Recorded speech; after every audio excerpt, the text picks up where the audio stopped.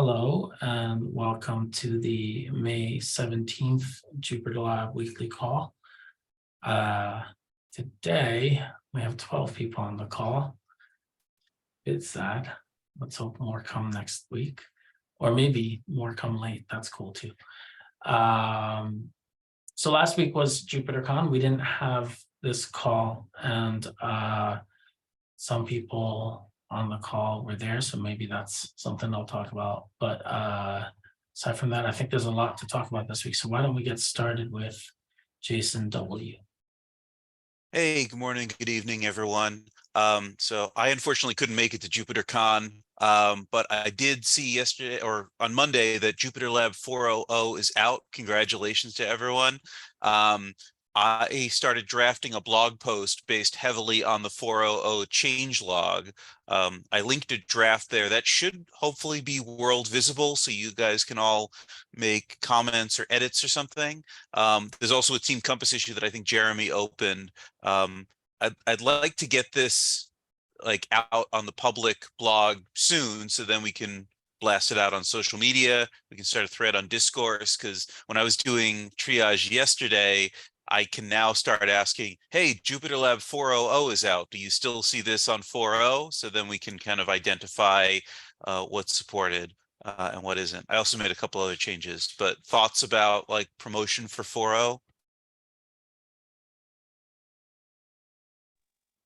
I think the one thing that would be great to get would be a final release of the Jupyter collaboration out first, so that there is RTC available for those who would like to try Lab 4. And I think it should be there very soon, like maybe next week. So I guess the blog post could go out maybe earliest next week, but maybe in 1-2 weeks. Yeah, that sounds reasonable.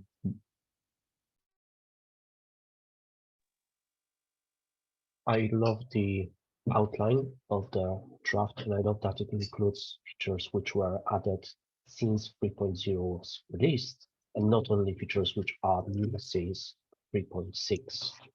And I think this is also important to update our changelog in documentation and maybe cross-reference our changelog in documentation with all the ideas that we collect in the blog post draft, because changelog is really missing some organization and pretty screenshots with the new features.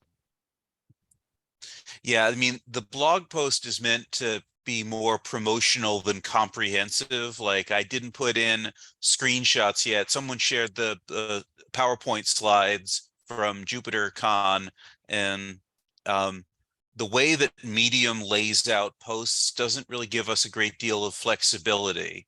And so we need to be if we want to include lots of images, we may need to cut down on the amount of text we include and defer to the changelog for a lot of the more meaty topics.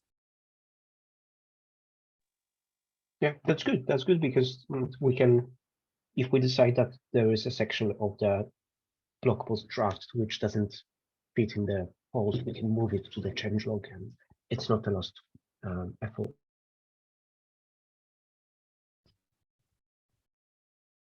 Thanks for working on the blog post. Yeah, I think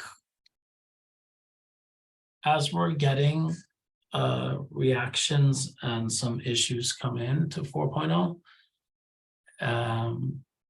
we're getting some feedback about what a large scale upgrade might look like for people. So if we see issues come in that seem like low-hanging fruit, high value, and we can publish patches and stuff, the more of those are integral to what you get when you pip install JupyterLab.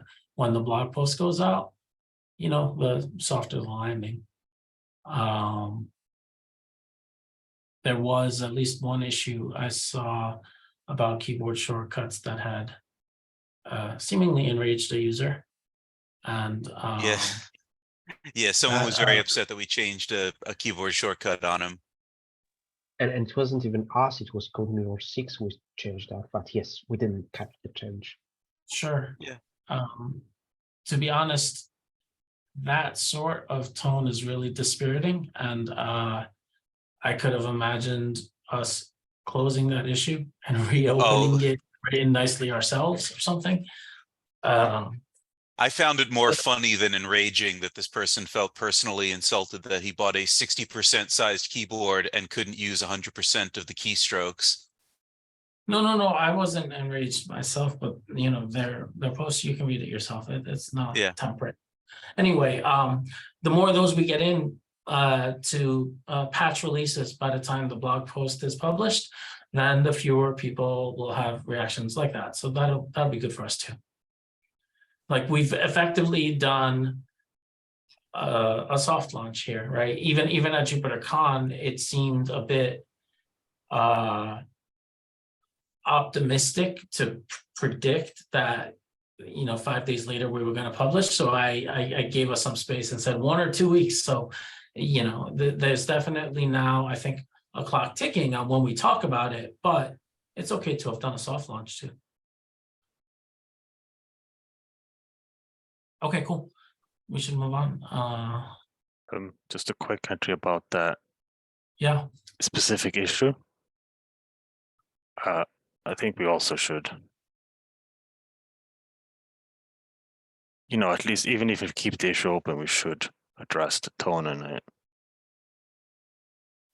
To say that it's not really cool. Otherwise, you know, other people might do the same. At Triage, I tried to respond to the poster with kindness rather than tone policing right away. And I also tried to reflect it by saying we apologize for the regression and we welcome contributions to reinstate it. And I got a little heart reaction from the original filer of the issue. So Mike is volunteering to be the tone policeman. Thanks, Mike. I agree that the post somewhat casts aspersions on us, like we somehow were being negative towards people like him who buy the cool 60% keyboards. It's 100% keyboards are so 2020.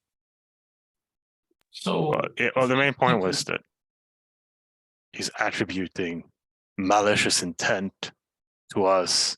We of course didn't have, right? So just kind of state that, you know, this is factually incorrect and comes off as rude.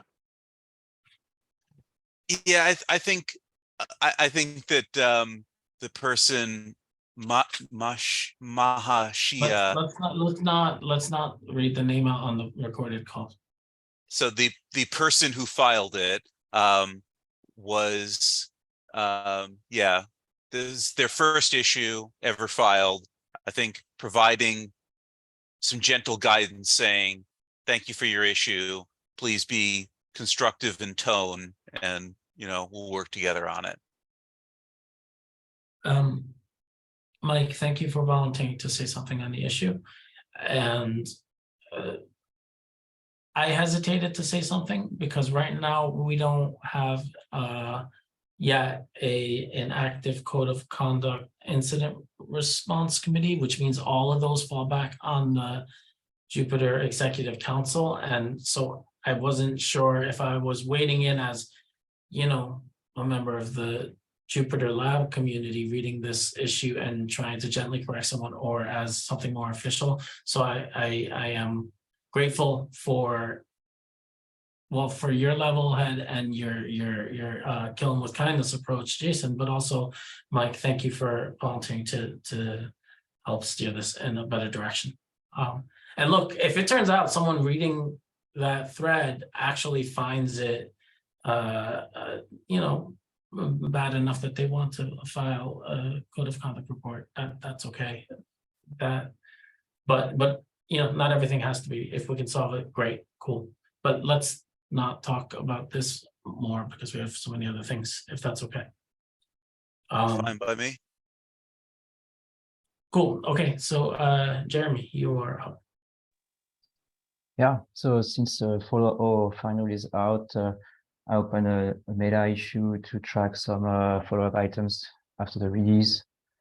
There might be more issues, as we discussed just before, that are coming. That would be great to fix in the point release in coming days. Another thing was that the default branch was renamed to main. So it's been, waiting for a very long time, because with the releaser, if we update the default branch, sometimes the changelog is not correctly generated. So that's why we were waiting for like the final 4.0 release. So now it's done. So if you're using forks, don't forget to update your branch. Yeah, and then about Notebook 7. So if anyone is interested in working on that, in the end, it's just like working on JupyterLab. So if you're interested, that would be super helpful. So we can get RC or final release soon in the coming weeks. There is a 7.0 milestone on the repo. I think we'll be looking into identifying some release blocker issues to know what kind of issues are really important to fix before the final release. I posted a couple of them in the notes. That would be great to get in before the first RC.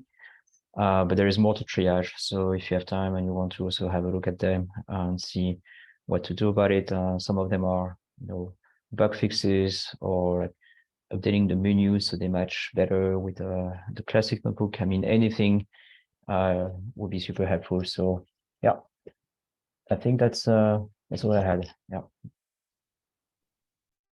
Cool. Thanks, Jeremy. So just to re-emphasize some of that, if you work on JupyterLab or have worked on JupyterLab and have some idea what it's like, that's what working on Jupyter Notebook is like now. And so you don't, the barrier to entry, if you are working on some of the things in this ecosystem already, is basically constant. You don't have to learn new things, but this is a project that a lot of people use. And, if you want to have your name on it in the changelog, that's cool. You should do it. Yeah, thanks for bringing it up, Jeremy. Cool. Now we are up to Mike. Hi, so my first question is whether we want to release Notebook 7 after JupyterLab 4.1, or should Notebook 7 be based on 4.0? And the next question is very closely connected to that. When do we plan to switch master to 4.1? And understand that there might be a period we want to keep the main branch as being tied to 4.0 release to reduce the burden of backporting things. Just wanted to get some idea of the timelines that we are expecting. Yeah, I think it would all depend on when we would like to make a 4.1. I was hoping that we could get RC for Notebook 7 before the end of the month, which would be like in about 2 weeks. So I don't know if getting the 4.1 for lab would be realistic within that time frame. So I guess it's fine if we base Notebook 7 on 4.0.x, which will include fixes blended in 4.0. And then the second question, I think usually, if I remember correctly, for 3.0, I think there were like a couple of days or maybe 1-2 weeks before the main branch switched to 4.1. But we could dig into the issues and see how we did it last time. But I guess usually the process is to wait a little bit for issues to come in and then fixes to be addressed before starting working on the new features. But yeah, maybe some other people have opinions on that. I think Vidar has raised a hand. Yeah, it's more of a question. So for the Notebook 7 release cycle, after it's come out, if JupyterLab does, so when we're on 4.1, if JupyterLab does like a 4.2 release, Notebook is a separate build similar to a lab app, right? So it would need to also do a minor release version following a JupyterLab minor release version, like update its package version, or is it like a dependency that can be pulled in dynamically? How does like the versions and the fixes flow downstream? So there is the Python version, which can be pulled in independently for JupyterLab. So you could have a newer JupyterLab with maybe older Notebook 7. But I think for Notebook 7, we could also patch features or minor releases. For example, if there is 4.1 and 4.2 for JupyterLab, there could be only a 7.1 for Notebook 7 that includes everything from those two releases. I think, yeah, like you said, it's separate. So I think it's up to the Notebook 7 to decide when to make releases. Maybe it makes sense to also just make them as the JupyterLab releases are available, just for consistency. Requires maybe a bit of more work for syncing packages, but it sounds doable. The tool frame. Go ahead. I was going to ask whether it depends on JupyterLab server currently. Notebook 7 depends on JupyterLab directly. Okay, so we need to be a little bit extra careful about if the back end and the front end goes out of sync.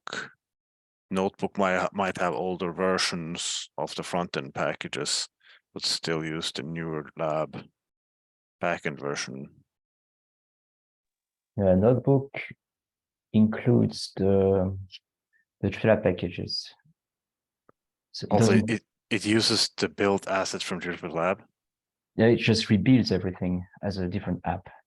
So there is full control on when the packages are updated on the front end for the JavaScript packages. Right, so those might be a little bit older than the Python version of JupyterLab. Yeah, that's right. But it's different bundle, different set of assets in the end. Sure, we just need to make sure that if we're trying to upgrade the backend and the front end in sync, we can't. I don't think there's many of changes like that, but yeah, but that's good point. Yeah, I'm trying to think of something that could break Notebook 7 when lab is updated. Maybe, I don't know, maybe the 3.6, for example, release of lab could have been an issue with Notebook 7 because it changed quite a few things. These kind of scenarios. Yeah, I don't know yet. we're not there yet, but I think yeah, it's worth keeping in mind.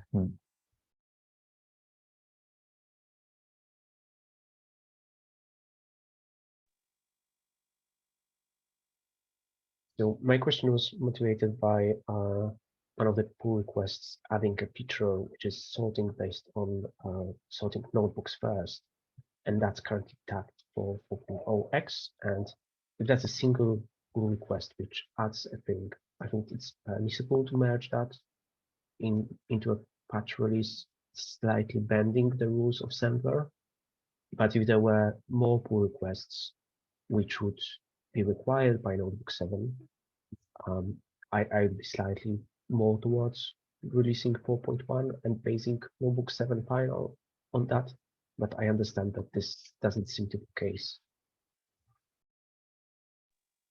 Yeah, that's right. This one, the one you mentioned, is I think would be important to get in Notebook 7. It's indeed a feature, but it's also opt-in. So I guess it could be okay to get it in patch release.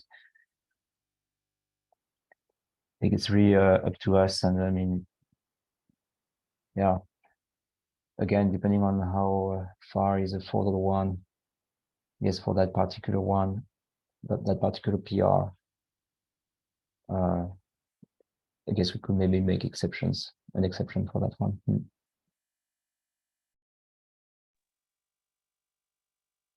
Thank you. So my next point is about plugin manager. So this is different from extension manager. extension disables and/or extensions or allows to install them. Plugin manager exposes all plugins with the descriptions and allows to enable or disable individual plugins, which creates new routes for users to modify how the environment looks and which features includes or excludes. But it also moves the balance of power in a way, because previously, if a system administrator disabled some features such as download and terminal and use the kernel which doesn't expose a way to run commands on the server side, this system administrator would have been assured to have a control and to have made life of the user more difficult when it comes to like downloading things which they are not permitted to download. And the plugin manager exposing this to the front end doesn't change situation when it comes to security, because we never gave guarantees. We are in fact exposing API, which for a user advanced enough would allow to circumvent any restrictions of this kind. But it now exposes that in a user interface, which is great because features which are heavy and not used can be disabled. But then the conversation that we had with Fred led me to sketch a new command line interface option, which is locking of plugins. So that will enable server administrators to lock the plugin from disabling or enabling via this new user interface. Nick is saying that it sounds like a third-party extension in chat, and there is like, just for awareness and comments in the pull requests, one of the questions is how to make it annoying enough so that users who are not knowledgeable enough don't disable things which they shouldn't. So there is a disclaimer checkbox. There is also a dialog box ensuring that users do not disable plugins which are dependent by other plugins, and similar restrictions put on certain important plugins. It's just, if you have comments, please review these pull requests. It's probably not urgent because it's targeted at 4.1. It's probably a few weeks away at the very least for being considered. And the other pull request, which is kind of ready but also slotted for 4.1, that I want to bring to attention is adding a shortcut for search and selection.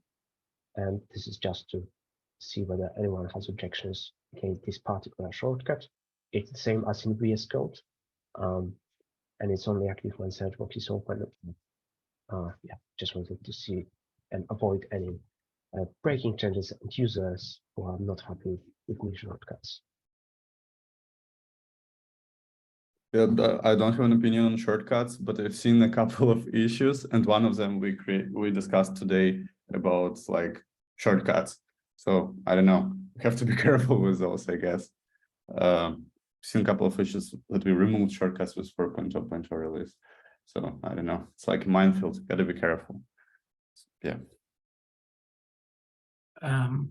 Mike, I was looking at your plugin PR and wondering, should some of the front end work that you did ship with Lumino, and should some of the functionality you want to achieve reside there, or should this all be in lab where you have it? That's a very good question, and I don't know. That's what I like to hear from a knowledgeable reviewer, because it indeed duplicates some of the interfaces which are used in Lumino, but they are currently private. But in Lumino, they are private for a good reason, because they also include functions for enabling and disabling, and exposing these methods could potentially lead to inconsistent state. So we might want to only expose a subset of these interfaces. And we could do that in Lumina if that's a better place, or we could decide that Lumina doesn't offer that itself.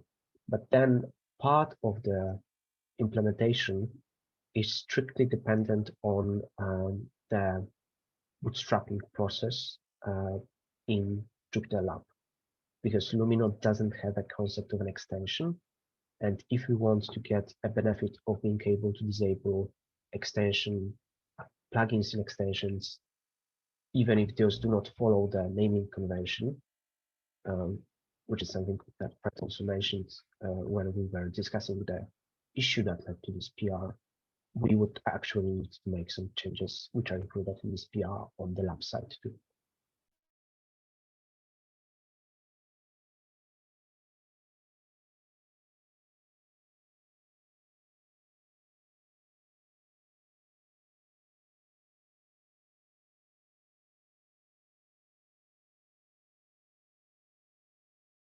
One short note on it, the PR is there a setting to disable completely both the extension manager and the plugin manager endpoints? I see you have the lock, but to just completely remove the APIs.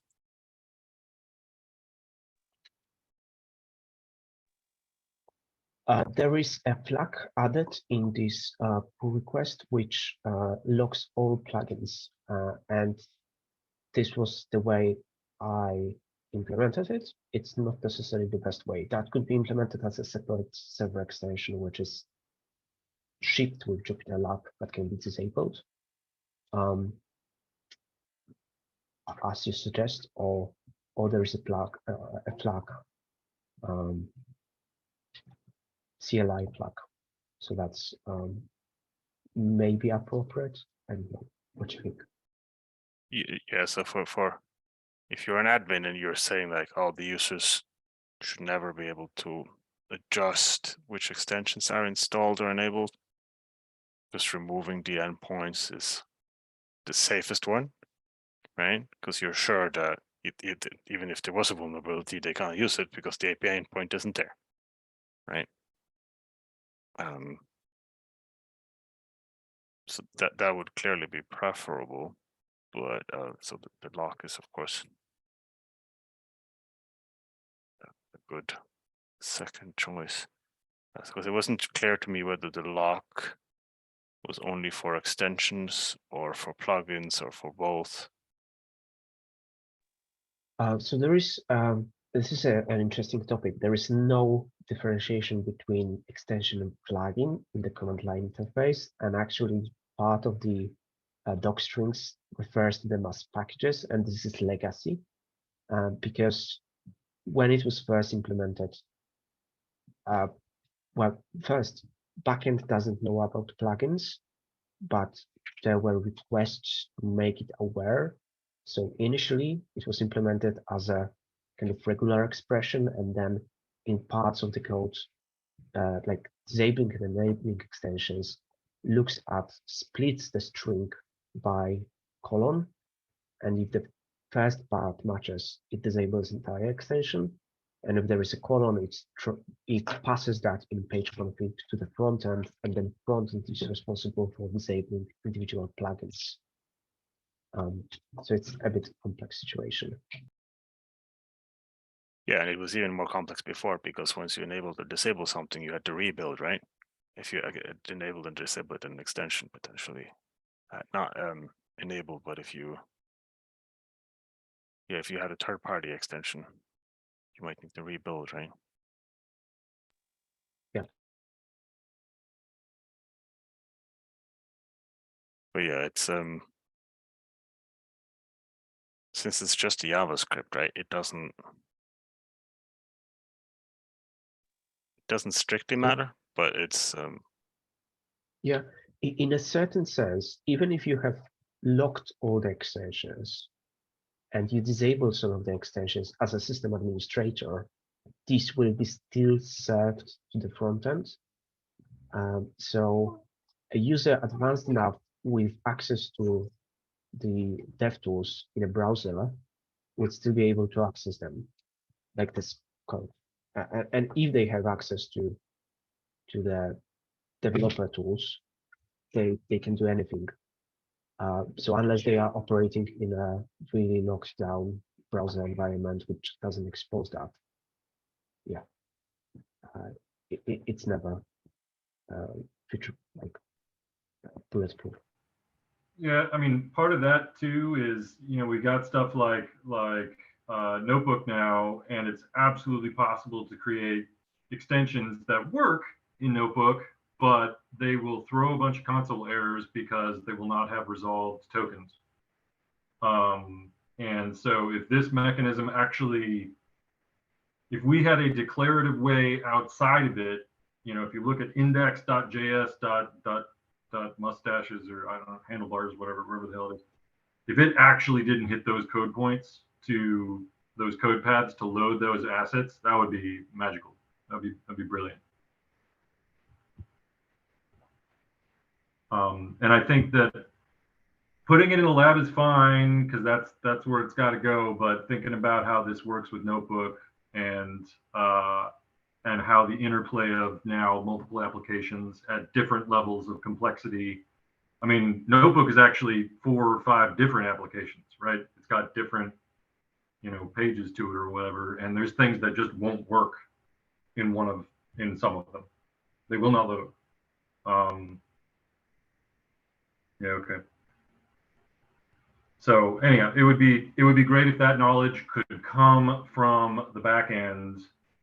Like there was a canonical thing that described what application am I trying to load, and then our index templates. I don't know. It might be too late. This may have been a pre-4 thing to really fix for real, but yeah, it's hard.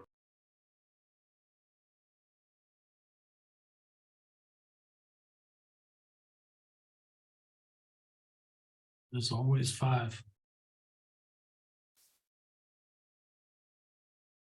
Yeah, I mean, I think it's not, that's a longer conversation, on what the goals of 5 would be. Obviously, we need to get 4.0, couple of 4.0s out before thinking about that. But that does sound like a solid workshop-y kind of thing. What is it actually going to do?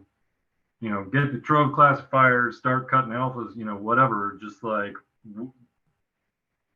that would probably, I think 4.0, we started the alpha branch. We started the 4.0 branch basically immediately after 3, right? Like it was fairly early on that we started planning for the next release. Just took a while. I just wanted to add that what Nick is suggesting. It would be useful to the overarching effort. So this PR is motivated to allow users to disable some things, not only to customize how it looks, but also for the performance reasons. And of course, page load time would suffer if we are still including these assets. Some of them are not included because Webpack is pretty smart, but some of them will still be loaded. And yeah, that requires actually a larger refactor, and I don't believe that's possible for text to address.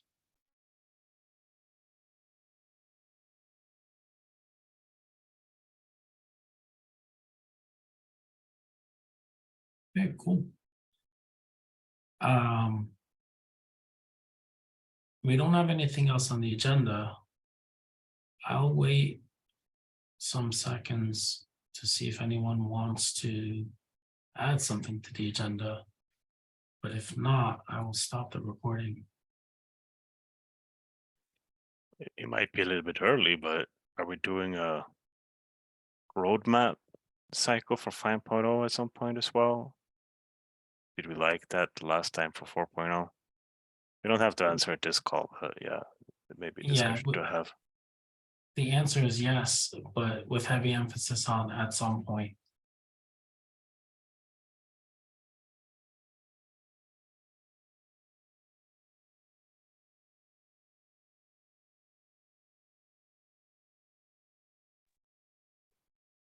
All right, brace yourselves.